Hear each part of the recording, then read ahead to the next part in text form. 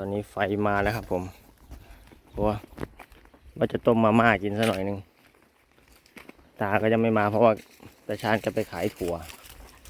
ไปขายถั่วดินเนาะก็ไม่ใช่ขายถั่วฝักยาวมันจะลงมาสวนของหน้าต่ายนี่แหละ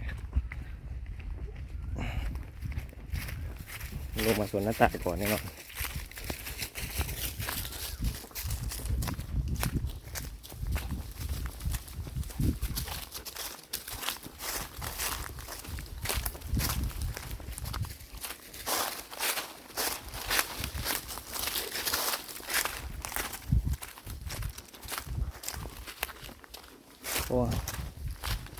ต้นยางเป็นปลูกยางหน่อยไปได้ส่วนนั้น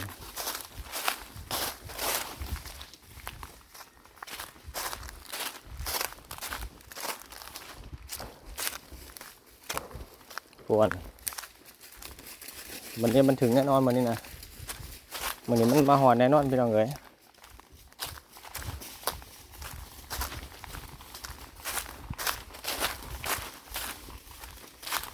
โอ้ลงมาแล้วลงมาแล้ว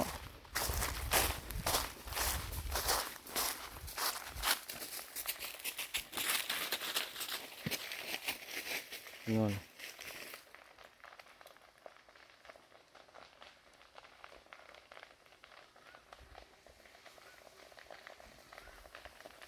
อ่อนลงให้นาตายแล้ว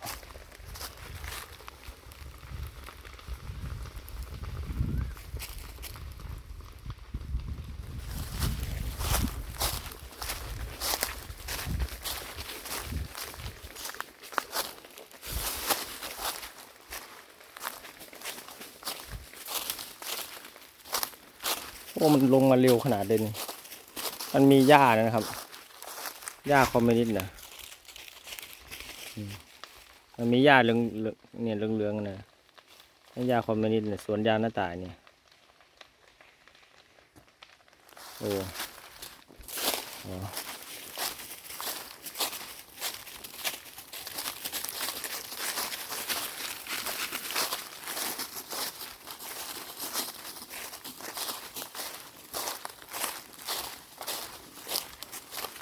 เร็วจริงๆลงมาแบบตรวจจัด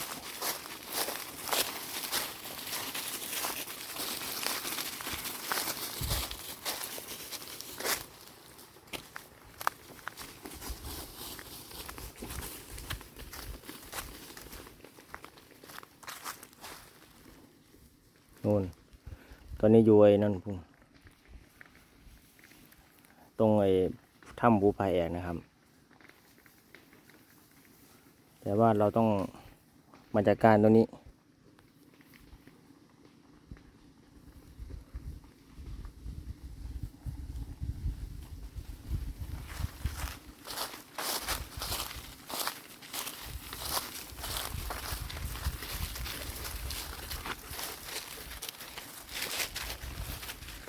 ถึงแน่นอนวันนี้ไม่ถึงเที่ยงหรอกก็เกินเที่ยงหรอก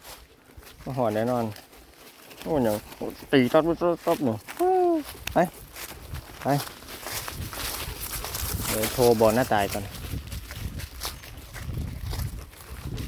ถึงแล้วมันมาถึงแล้ว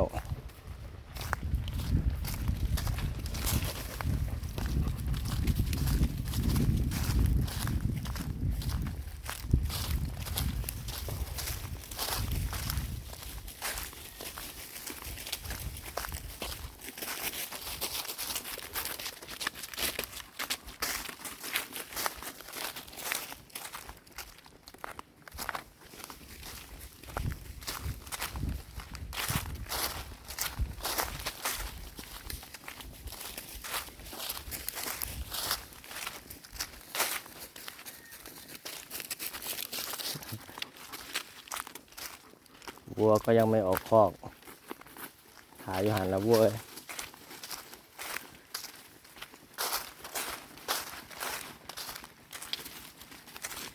โอ้ของแท้เลย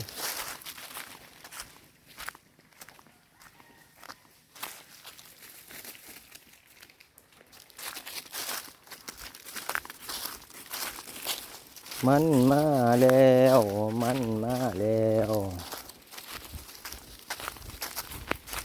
ตาชาญมันยังไม่ออกมาโอ้ย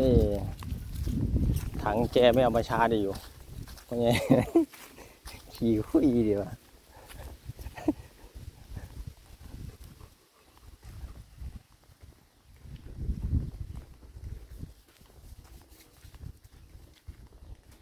เดี๋ยวรอก่อนเด็กๆ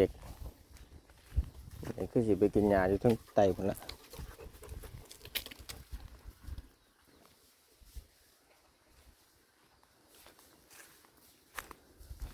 เปิดน้ำเสร็จตรงนี้ก่อน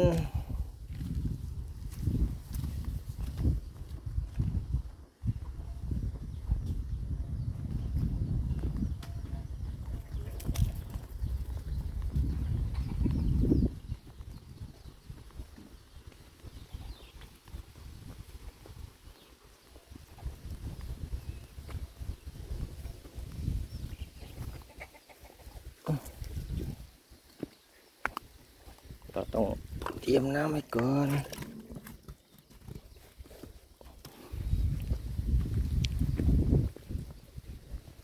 ไฟ ไฟมาเร็วลมแรงด้วยเดี๋ยวจะเอาถังอีก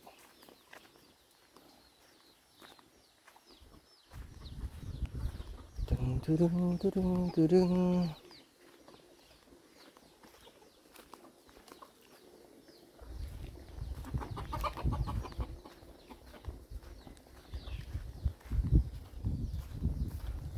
พวนว้าวพวนเพิ่งเอาลูกน้อง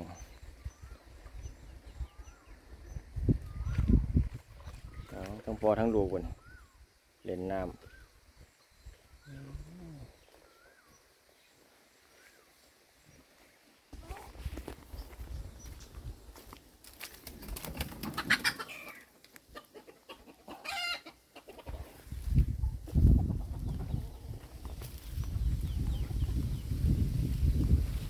กำลังจะขยายนี่นะครับ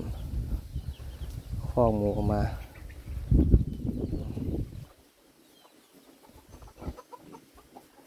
ควร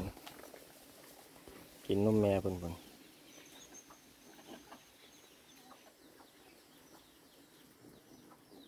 ปกินนมแม่ไปเร็วไปเร็ว8 ตัวนะครับนี่